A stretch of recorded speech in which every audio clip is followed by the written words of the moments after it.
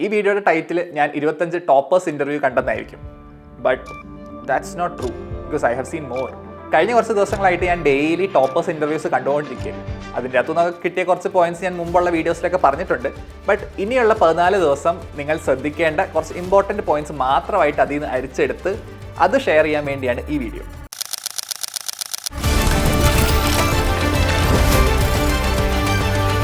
ഇതിൻ്റെ വേറൊരു version 2025 exam എഴുതുന്നവർക്ക് വേണ്ടിയുണ്ട്. അത് മെയ് 5-ന് ശേഷം ഞാൻ പോസ്റ്റ് ചെയ്യാം. ഇന്ന് നമ്മൾ ലാസ്റ്റ് 14 ഡേയ്സിന് ആവശ്യമുള്ള കാര്യങ്ങൾ മാത്രമാണ് കോൺസെൻട്രേറ്റ് ചെയ്യുന്നത്. ലാസ്റ്റ് മന്ത് പ്രിപ്പറേഷനിൽ എല്ലാവരും കോമൺ ആയിട്ട് പറഞ്ഞ കാര്യങ്ങളാണ് മോഡൽ എക്സാം എഴുതി അതിൻ്റെ മിസ്റ്റേക്ക് അനാലിസിസും അതുപോലെ മിസ്റ്റേക്ക് ബുക്ക് കീപ്പ് ചെയ്യാന്നുള്ളത്. നിങ്ങൾ അങ്ങനെ ഒരു ബുക്ക് ഓൾറെഡി മെയിൻറ്റെയിൻ ചെയ്ത് വരുന്നുണ്ടെന്ന് വിശ്വസിക്കുന്നു.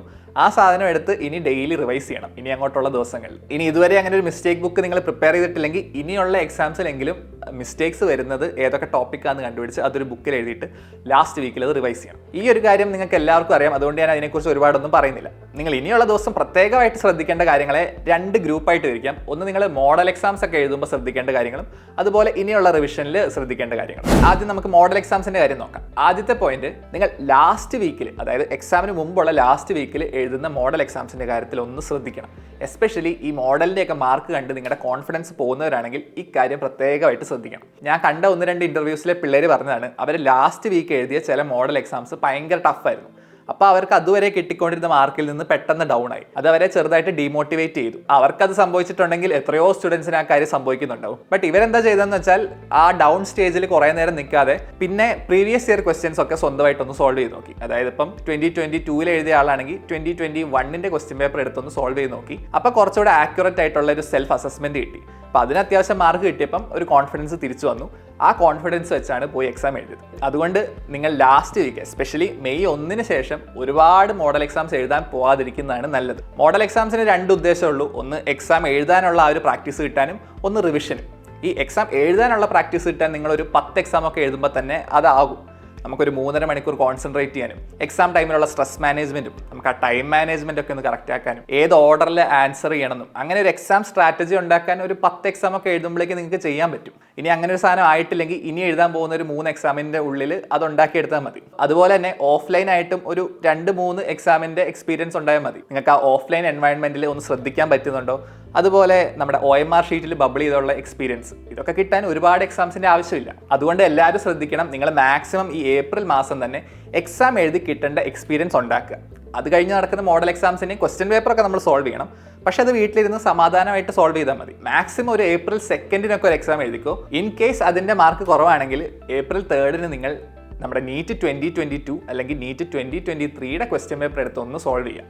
അപ്പോൾ നിങ്ങൾക്ക് കറക്റ്റായിട്ടൊരു പിക്ചർ കിട്ടും നിങ്ങളുടെ പഠിത്തം എത്രത്തോളം എഫക്റ്റീവ് ആയി എന്നുള്ളത്. അത്യാവശ്യം പ്രിപ്പയർഡ് ആണെങ്കിൽ നിങ്ങൾക്ക് അതിന് നല്ല മാർക്ക് കിട്ടും. ആ ഒരു കോൺഫിഡൻസ് വെച്ച് വേണം നമ്മൾ 5-ാം തീയതി എക്സാം എഴുതാൻ പോകും. ഈ ഒരു കാര്യം മനസ്സിലായി എന്ന് വിശ്വസിക്കുന്നു.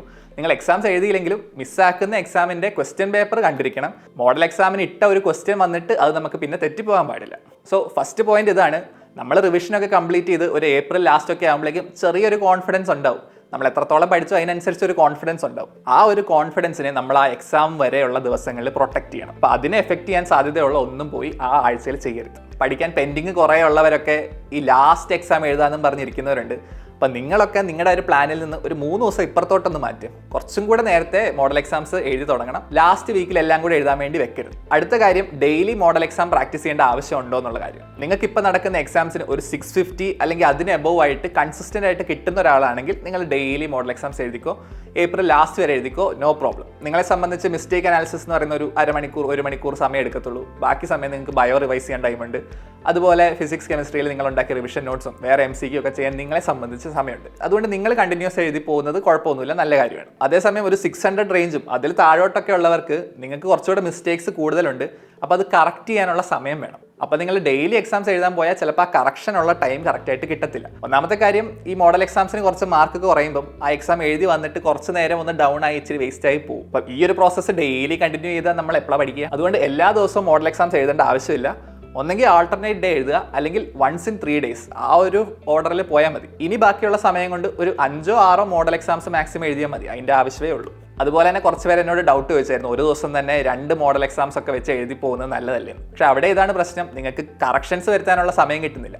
മിസ്റ്റേക്ക് അനാലിസിസ് ചെയ്തില്ലെങ്കിൽ നിങ്ങൾ എഴുതിയ മോഡൽ എക്സാം വെറുതെ വേസ്റ്റ് ആയി പോകും. അതേപോലെ തന്നെ ഒരു മോഡൽ എക്സാം എന്ന് പറയുന്ന ഒരു 3.5 മണിക്കൂർ നമ്മുടെ ബ്രെയിനിനെ ഒരു ജിമ്മിലോട്ട് വിടുന്ന പോലെ. അങ്ങനെ 2 സെഷൻ ഒരു ദിവസം തന്നെ ചെയ്ത് ഒരാഴ്ചയൊക്കെ പോകുമ്പോഴേക്ക് നിങ്ങൾ ബേൺ ഔട്ട് ആവും. സംഭവം ശരിയാണ്, നിങ്ങൾക്ക് 2 ആഴ്ച സമയമുള്ളൂ. പക്ഷെ നിങ്ങൾ ഓവർ വർക്ക് ചെയ്ത ഈ 2 ആഴ്ചയ്ക്ക് മുമ്പായിട്ട് തന്നെ നിങ്ങൾ ബേൺ ഔട്ടായി ബാക്കിയുള്ള സമയം വേസ്റ്റ് ആവും. നെക്സ്റ്റ് പോയിന്റ്, ഏത് ഓർഡറിൽ എക്സാം അറ്റൻഡ് ചെയ്യണം എന്നുള്ള. ഫിസിക്സ്, കെമിസ്ട്രി, ബയോളജി എന്നുള്ള ആ ഓർഡർ ഉണ്ടല്ലോ. അപ്പോൾ ഈ ഇന്റർവ്യൂസ് എല്ലാം കണ്ടിട്ട് എല്ലാവരുടെയും കൂടി ഒരു ടാലി ചെയ്ത് ഏറ്റവും കോമൺ ആയിട്ട് എന്താണ് ഫോളോ ചെയ്തതെന്ന് ഞാനൊന്ന് കണ്ടുപിടിക്കാൻ ശ്രമിച്ചു. ബട്ട് അവിടെയും ഒരു വ്യക്തമായിട്ടുള്ള ആൻസർ കിട്ടിയില്ല. കുറേ പേര് ഫിസിക്സ്, കെമിസ്ട്രി, ബയോളജി ചെയ്തു, കുറേ പേര് ബയോളജി, കെമിസ്ട്രി, ഫിസിക്സ് ചെയ്തു. എല്ലാവരുടെയും ഉദ്ദേശം ഫിസിക്സിന് കൂടുതൽ സമയം, അതുപോലെ കെമിസ്ട്രിയിലും കാൽക്കുലേഷൻസ് ഒക്കെ ചെയ്യാൻ കൂടുതൽ സമയം കണ്ടെത്തുക എന്നുള്ളത് തന്നെയായിരുന്നു. അതുകൊണ്ട് ആ ഓർഡറിൽ വലിയ കാര്യമൊന്നുമില്ല. നിങ്ങൾക്ക് സ്യൂട്ടബിൾ ആയിട്ടുള്ള ഒരു ഓർഡർ അങ്ങ് സെലക്ട് ചെയ്യുക. അവിടെ എന്നിട്ട് ഞാൻ മുമ്പ് പറഞ്ഞ പോലെ ഒരു 2 റൗണ്ടോ അല്ലെങ്കിൽ 3 റൗണ്ടോ ഫുൾ ക്വസ്റ്റ്യൻസ് നോക്കാൻ പറ്റുന്ന ഒരു സ്പീഡിലോട്ട് നിങ്ങളുടെ ടൈം മാനേജ്മെന്റ് റെഡിയാക്കിയാൽ മതി. സ്പീഡിന്റെ കാര്യത്തിൽ ഒരു കാര്യം ഓർക്കണം, നിങ്ങൾ കുറേ പേർക്കൊക്കെ നല്ലോണം മാർക്ക് കുറഞ്ഞിരിക്കുന്നവരുണ്ടാവും. ഒരു 100 ക്വസ്റ്റ്യൻ ഒക്കെ ആയിരിക്കും ഇപ്പം നിങ്ങൾ അറ്റംപ്റ്റ് ചെയ്യുന്നത്. അപ്പം നിങ്ങൾക്ക് വിചാരിക്കുക ആവശ്യത്തിന് സ്പീഡ് ഉണ്ടല്ലോ എന്ന്. അങ്ങനെ ഒരു തെറ്റിദ്ധാരണയിൽ ഇരിക്കരുത്. ആവശ്യത്തിന് സ്പീഡ് ഉണ്ടോ എന്നുള്ളത് നിങ്ങൾ സെൽഫായിട്ട് അസസ് ചെയ്യണം. ഓക്കെ, ഒരു ഇന്റർവ്യൂവിൽ ഞാൻ കണ്ട സ്ട്രാറ്റജി, ആദ്യത്തെ റൗണ്ടിൽ സെക്ഷൻ എ എല്ലാം ചെയ്തു പോകും. സെക്കൻഡ് റൗണ്ട് വന്നിട്ടാണ് എല്ലാ സബ്ജക്റ്റിനും സെക്ഷൻ ബി ചെയ്യുന്നത്. അപ്പോൾ ഇതുപോലെയൊക്കെ നിങ്ങൾക്ക് പരീക്ഷിച്ച് നോക്കാം. പക്ഷെ അതിനി ഒരുപാട് സമയമില്ല. അടുത്തൊരു 1-2 എക്സാമും കൂടി ഒന്ന് പരീക്ഷിച്ചിട്ട് നിങ്ങളുടെ ഫൈനൽ എക്സാം സ്ട്രാറ്റജി സെറ്റ് ആക്കണം. അടുത്തൊരു പ്രധാനപ്പെട്ട കാര്യം നിങ്ങൾ ഓർക്കേണ്ടത്, ഈ 710+ കിട്ടിയ ആൾക്കാർക്ക് പോലും ഫൈനൽ മന്ത് മോഡൽസിൻ്റെ ഇടയ്ക്കൊക്കെ 600ഉം 590, 580 മാർക്കിലോട്ടൊക്കെ ഡൗൺ ആയി പോയിട്ടുണ്ട്. അവർക്കും ആ സമയത്ത് ഒരു ഡീമോട്ടിവേഷനും ചെറിയൊരു പേടിയൊക്കെ തോന്നിയിട്ടുണ്ട്. ബട്ട് അവർ അതുവരെ ചെയ്ത പ്രിപ്പറേഷനിൽ അവർക്ക് വിശ്വാസം ഉണ്ടായിരുന്നു.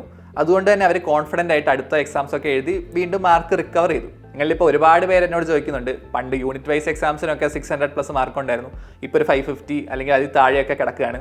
അപ്പോൾ തിരിച്ച് അതിലോട്ട് എത്താൻ പറ്റുമോ? അതിൻ്റെ എക്സാമ്പിൾസ് ആണ് ഈ ടോപ്പേഴ്സൊക്കെ. ഇവർക്കൊക്കെ ഇങ്ങനെയൊക്കെ സംഭവിച്ചിട്ടുണ്ട്. ഒരു 700+ മാർക്ക് കിട്ടിയ ഒരു സ്റ്റുഡൻറ്റിന് ഒരു 600 മാർക്കുള്ള ആളുമായിട്ട് ഭയങ്കര വലിയ ഡിഫറൻസ് ഒന്നുമില്ല. അവരുടെ ഒരു ആറ്റിറ്റ്യൂഡിലും കോൺഫിഡൻസിലും പിന്നെ കൺസിസ്റ്റൻ്റ് ആയിട്ടുള്ള റിവിഷനിലുള്ള വ്യത്യാസം മാത്രമേ ഉള്ളൂ. അല്ലാതെ നോളജ് ലെവലിൽ ഭയങ്കര വ്യത്യാസമൊന്നുമില്ല. ഇനി ഈ കാര്യത്തിൽ നിങ്ങൾക്ക് സംശയം ഉണ്ടെങ്കിൽ നിങ്ങൾ ഇന്നലെ ബ്രില്യൻറ്റിൽ ജസ്റ്റിസ് സാർ ചെയ്തൊരു വീഡിയോ ഉണ്ട്, അതൊന്ന് പോയി കണ്ടാൽ മതി. അവിടെയുണ്ട് ഈ ചോദ്യത്തിനുള്ള ഉത്തരം. ഇനി നമുക്ക് റിവിഷൻ്റെ കാര്യം നോക്കാം. റിവിഷൻ്റെ കാര്യത്തിലെ ഏറ്റവും ഇമ്പോർട്ടൻറ്റ് പോയിന്റ് നിങ്ങൾക്ക് ഓൾറെഡി ഗസ് ചെയ്യാവുന്നതേ ഉള്ളൂ. എല്ലാവരും ഒരേ സ്വരത്തിൽ പറയുന്നത് NCERT റിവൈസ് ചെയ്ത് പോകണമെന്ന്. നിങ്ങൾ ഓൾറെഡി ബയോളജിയിൽ ഒബ്വിയസ്ലി റിവൈസ് ചെയ്യുന്നുണ്ടാവും. പക്ഷേ ഇവരെല്ലാം ഫിസിക്സും കെമിസ്ട്രിയും NCERT റിവൈസ് ചെയ്തിട്ടാണ് പോയത്. അഷിക അഗർവാൾ പറഞ്ഞൊരു സെൻറ്റൻസ് ഉണ്ട്, ഇഗ്നോറിങ് NCERT ഈസ് ഫൂളിഷ്നെസ്. അത് തന്നെയാണ് ഏറ്റവും മെയിൻ പോയിന്റ്. അപ്പോൾ ഇവിടെ നിങ്ങൾ കുറേ പേര് കെമിസ്ട്രിയും ഫിസിക്സും ഒന്നും NCERT അങ്ങനെ വായിച്ചിട്ടൊന്നും ഉണ്ടാകത്തില്ല. പക്ഷേ പേടിക്കേണ്ട, ഈ ടോപ്പേഴ്സ് ആണെങ്കിലും ലാസ്റ്റ് മന്തിൽ ഈ ടെക്സ്റ്റ് ഫുള്ള് വായിച്ചിട്ടല്ല പോയി എക്സാം എഴുതിയത്. ഫിസിക്സ് ആൻഡ് കെമിസ്ട്രിയിലെ എല്ലാ ചാപ്റ്ററിലെയും summary, diagrams, tables, examples, exercises, points to ponder, ഇത്രയും കാര്യങ്ങൾ നിങ്ങളൊന്ന് നോക്കിപ്പോയാൽ ആ ചാപ്റ്ററിൻ്റെ റിവിഷൻ അവിടെ NCERT കംപ്ലീറ്റ് ആകുകയാണ്. അതുകൊണ്ട് ഇനിയുള്ള ദിവസങ്ങളിൽ ഫിസിക്സും കെമിസ്ട്രിയിലും ഞാൻ ഈ പറഞ്ഞ കാര്യങ്ങൾ നിങ്ങൾ ഒരു തവണയെങ്കിലും എല്ലാം ഒന്ന് നോക്കണം. വളരെ ഇമ്പോർട്ടൻ്റ് ആണ്. ഡയറക്റ്റ് ക്വസ്റ്റ്യൻസ് അങ്ങനെ വരും, എസ്പെഷ്യലി ഫിസിക്സിൽ നിന്നും ഓർഗാനിക് കെമിസ്ട്രിയിൽ നിന്നും. ഫിസിക്കൽ കെമിസ്ട്രിയുടെ കാര്യം, ഫിസിക്സിൻ്റെ കാര്യം പറഞ്ഞ പോലെ തന്നെയാണ്. അവിടെ ഭയങ്കര കടുകട്ടി കൺസെപ്റ്റ്സ് ഒക്കെ ഉണ്ട്. പക്ഷേ നിങ്ങൾക്ക് ആ ലെവലിലുള്ള ക്വസ്റ്റ്യൻ ഒന്നും വരത്തില്ല. ബേസിക് കൺസെപ്റ്റ്സ് അറിഞ്ഞിരിക്കണം. അതിൽ ക്ലാരിറ്റി കുറവുണ്ടെങ്കിൽ ഇനിയുള്ള 2-3 ദിവസത്തിനിടയിലെങ്കിലും അതിൻ്റെ ക്ലാസ് കണ്ടത് റെഡിയാക്കണം. ആ ബേസിക് കൺസെപ്റ്റ്സ് കിട്ടിക്കഴിഞ്ഞാൽ പിന്നെ കുറച്ച് PYQയും കുറച്ച് MCQ, NCERT ഇത്രയും ഇതിൻ്റെ ആവശ്യമേ ഉള്ളൂ. എല്ലാ ടോപ്പേഴ്സിനും ഒരുപോലെ ഇഷ്ടമില്ലാത്ത സാധനം ഇനോർഗാനിക് കെമിസ്ട്രി ആയിരുന്നു. കാരണം അതിനിങ്ങനെ പ്രത്യേകിച്ചൊരു സ്ട്രാറ്റജിയും പ്രത്യേകിച്ചൊരു ഷോർട്ട് കട്ടും ആർക്കും പറയാനില്ല. ചിലരൊക്കെ ആ ചാപ്റ്റർ മൊത്തമൊക്കെ എഴുതി പഠിച്ച കഥകളൊക്കെ പറഞ്ഞിട്ടുണ്ട്. നമുക്ക് ഇനി അങ്ങനെയൊന്നും പറ്റത്തില്ല. ഓൾറെഡി ഈ വർഷം ഇനോർഗാനിക്കിലെ കുറേ പോർഷൻസ് ഒക്കെ കട്ട് ചെയ്തു. അതുകൊണ്ട് തന്നെ നിങ്ങൾക്ക് ഇനിയുള്ള ബാക്കി ഭാഗങ്ങൾ ജസ്റ്റ് NCERT ഒക്കെ വായിക്കാൻ അത്യാവശ്യം സമയമുണ്ട്. പിന്നെ ഓവറോൾ നിങ്ങളുടെ എക്സാമിൻ്റെ ഒരു പാറ്റേണിൽ കാണാപ്പാടം പഠിച്ച് കിട്ടുന്ന ടൈപ്പ് ക്വസ്റ്റ്യൻസിൻ്റെ എണ്ണം കുറഞ്ഞുകൊണ്ടിരിക്കുകയാണ്. അതുകൊണ്ട് ഇനോർഗാനിക് ഒക്കെ വായിച്ചത് ഓർമ്മയില്ലല്ലോ എന്നുള്ള ടെൻഷൻ ഒരുപാടൊന്നും വേണ്ട. നിങ്ങൾ ഇനോർഗാനിക് പെട്ടെന്ന് NCERT വായിക്കുക, അല്ലെങ്കിൽ നിങ്ങൾ മുമ്പ് NCERT വായിച്ച് ഉണ്ടാക്കിയ നോട്ട്സ് ഉണ്ടെങ്കിൽ അത് വായിച്ചാലും മതി. എന്നിട്ട് NCERT ബേസ്ഡ് ആയിട്ടുള്ള MCQs ചെയ്യുമ്പോൾ അതിൻ്റെ റിവിഷനും കംപ്ലീറ്റ് ആവും. ഫിസിക്സും കെമിസ്ട്രിയും ഇനിയുള്ള ദിവസങ്ങളിൽ ഒരു 50% റിവിഷൻ നടക്കുന്നത് നിങ്ങളുടെ മോഡൽ എക്സാംസ് എഴുതി തന്നെയാണ്. അതുകൊണ്ട് റെഗുലർ ആയിട്ടുള്ള എക്സാംസ് എഴുതുമ്പോൾ തന്നെ നിങ്ങൾക്ക് ആ റിവിഷൻ നടന്നു പോയിക്കോളും. ഒരുപാട് എക്സ്ട്രാ വേറെ ചെയ്യാൻ പറ്റിയില്ലല്ലോ എന്നുള്ള ടെൻഷൻ്റെ ആവശ്യമില്ല.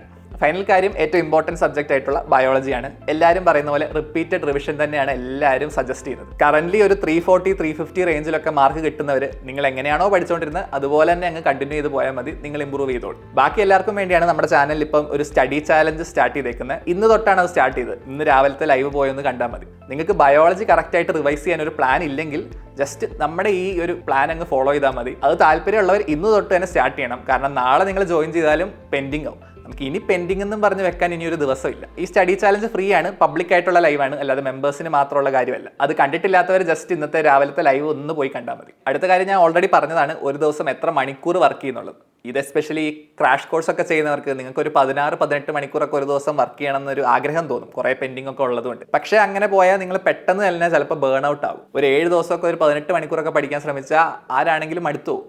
ഒരു 12-14 അവേഴ്സിന്റെ എഫക്റ്റീവ് സ്റ്റഡിയുടെ ആവശ്യമേ ഉള്ളൂ. അതുകൊണ്ട് ഒരുപാട് നിങ്ങളുടെ ബ്രെയിനിനെയും ബോഡീനെ അങ്ങ് പുഷ് ചെയ്യേണ്ട. ബാക്കിയുള്ള 15 ദിവസമാണെങ്കിലും ആ 15 ദിവസവും കൺസിസ്റ്റന്റ് ആയിട്ട് പോകുന്നതിലാണ് കാര്യം. അവസാനത്തെ ഒരു പോയിന്റ്, നിങ്ങൾക്ക് എല്ലാവർക്കും നിങ്ങളുടെ സ്ട്രെസ് മാനേജ് ചെയ്യാൻ വേണ്ടി ഒരു വെൻഡിങ് മെക്കാനിസം വേണം. അങ്ങനെ ഒരു സാധനം മിക്ക ടോപ്പേഴ്സിനും ഉണ്ടായിരുന്നു. വെൻഡിങ് മെക്കാനിസം എന്ന് വെച്ചാൽ ഇത്രേ ഉള്ളൂ, നമ്മളെല്ലാവരും രാവിലെ തൊട്ട് വർക്ക് ചെയ്ത് തുടങ്ങുമ്പം ഒരു ഉച്ച കഴിയുമ്പം ചെറുതായിട്ടൊരു മടുപ്പും, അതുപോലെ ആ മടുപ്പ് വരുന്ന സമയത്ത് പല ടെൻഷനുകളൊക്കെ തലയിലോട്ട് കയറും. ഈ ഒരു നെഗറ്റീവ് എനർജീനെ റിലീസ് ചെയ്യാൻ വേണ്ടി എന്തെങ്കിലും ഒരു ആക്ടിവിറ്റി ഒരു 1 hour ഒരു ദിവസം ചെയ്യണം. ഞാൻ കണ്ട ഇന്റർവ്യൂസിൽ ഒരു കുട്ടി ചെയ്യുന്നത് ഡാൻസിങ് ആയിരുന്നു. ആ കുട്ടിക്ക് ഡാൻസ് ചെയ്യാൻ ഭയങ്കര ഇഷ്ടമായിരുന്നു, അതുകൊണ്ട് തന്നെ അതൊരു സ്ട്രെസ് റിലീവിങ് മെക്കാനിസം ആയിട്ട് യൂസ് ചെയ്തു. വേറൊരാൾ പെയിന്റിംഗ് ആണ് ചെയ്തു. അപ്പം ഇതുപോലൊരു സാധനം നിങ്ങൾക്ക് എല്ലാവർക്കും ഉള്ളത് നല്ലതാണ്. ഇനി ഇങ്ങനെ ഒരു ഹോബി ഇല്ലെങ്കിൽ നിങ്ങൾ എൻ്റെ എക്സാമ്പിൾ നോക്കിയാലും മതി. എനിക്ക് ഇന്നലെ ഇന്നുമായിട്ട് കുറച്ചൊരു സ്ട്രെസ് കൂടുതലായിട്ടുള്ളത് പോലെ തോന്നി.